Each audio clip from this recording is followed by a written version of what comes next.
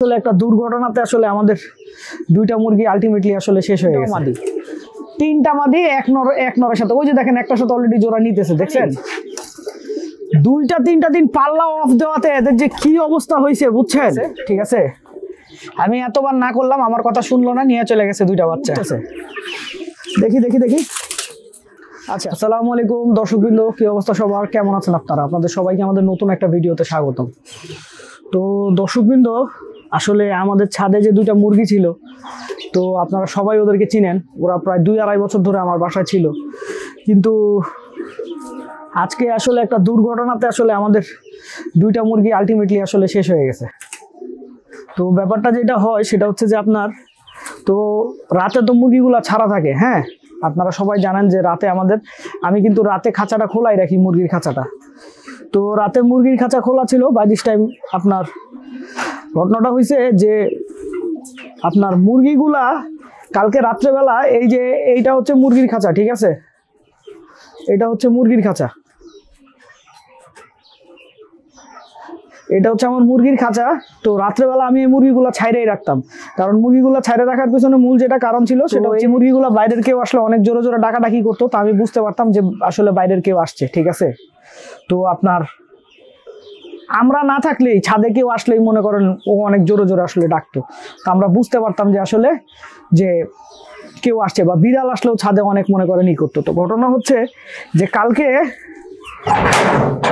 এই গেটটা খোলা ছিল, হ্যাঁ এই গেটটা সন্ধ্যার সময় খোলা ছিল। তো মুরগিগুলা সন্ধ্যার সময় না, সন্ধ্যার দিকেই আপনার খোলা ছিল। তো মুরগিগুলা এই সিঁড়ি দিয়া নিচে নেমে গেছিল, বুঝছেন,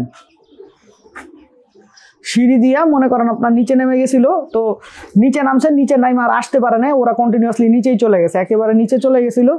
নিচে যাওয়ার পরে আসলে এই মুরগিগুলা তো আপনার মনে করেন কখনো এই ছাদের নিচে নামেই নাই, তো যে কারণে ছাদের বাইরের পরিবেশটা আসলে বোঝে না।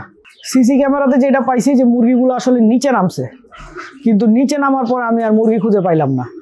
এখন এমনও হইতে পারে এগুলা কেউ ধরে ফেলছে, বা এমনও হইতে পারে কুকুরে খায় ফেলছে।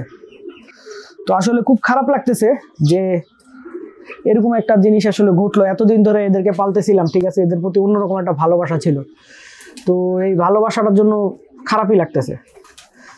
যদিও আমি আসলে চিন্তা করছিলাম যে ছাদের মুরগি রাখবো না বা চেঞ্জ করে ফেলবো, এমন একটা কিছু ভাবছিলাম, কিন্তু সেটা আর হইলো না, ঠিক আছে, সেটা আর হইলো না। এর মধ্যে মনে করেন এই ঘটনাটা ঘটে গেল। তো যাই হোক, আমি এখন তো আজকে এইটা ঘটছে আসলে আপনার কালকে রাতে, আমি সারাদিন খুঁজছি, কোথাও পাই নাই। তো এখন আসলে আশা ছেড়ে দিছি, আমার মনে হয় না মুরগিগুলো আর আমি পাবো, কারণ মুরগিগুলো আশেপাশে কারো বাসায় থাকলে আমি হয়তো আবার জানতাম। আর সন্ধ্যার টাইমে এগুলা কোন দিকে গেছে, কোনো ঝোপঝাড়ে থাকলেও বেজিতে এতক্ষণে নিচে অনেক বেজিতে এতক্ষণে খায় ফেলছে, বুঝেন তো ব্যাপারটা। তো দর্শকবৃন্দ, এইখানে সবগুলা নর মাদি এখন একসাথে ঢুকে গেছে, দেখেন এই যে এখন যে নরটা ডাকতেছে দেখতেছেন, হ্যাঁ। তো এখন আমার সব কবুতরের সব মাদির সাথে এই নরটা একা জোড়া নেওয়ার চেষ্টা করে, বুঝছেন, সব নর তার, সব মাদি তার।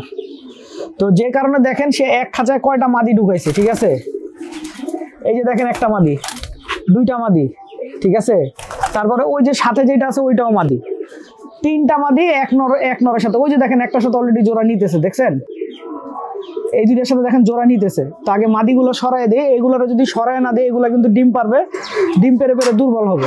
তো এই সাইডে কি অবস্থা একটু দেখি, এইখানে সব মাদি চলে গেছে নরের খাঁচায়, ঠিক আছে, মাদির খাঁচায় কোনো মাদিই নাই, দেখছেন অবস্থা, সব চলে গেছে হচ্ছে, আমি দেখাই আপনার পুরা খাঁচাই খালি, দেখছেন পুরা খাঁচাটা খালি। দুইটা তিনটা দিন পাল্লা অফ দেওয়াতে এদের যে কি অবস্থা হয়েছে বুঝছেন, তার মানে একদম নর মাদি একসাথে জোড়া নিয়ে একদম পাগল করে ফেলতেছে আমার। আমি দেখাই এইদিকে, আপনারা এই সাইডে দেখেন কি অবস্থা, এই খাঁচাতে সবগুলা এসে ঢুকছে, দেখছেন সবগুলা এসে এই খাঁচায় ঢুকছে, একেবারে সব এই খাঁচায়। যাই হোক, আমি এখানেও নর্মাদিগুলো আলাদা করে দিব একটু পরে, কারণ নর্মাদি যদি আলাদা না করে দেয় তাহলে মনে করেন কবুতরগুলো ডিম পেড়ে দেওয়ার চান্স আছে, হ্যাঁ। তো আমরা আমাদের তুরিবাজ কবুতরগুলো অনেকদিন ছাড়ি নাই, আজকে একটু তুরিবাজ কবুতরগুলো ছাড়ি চলেন।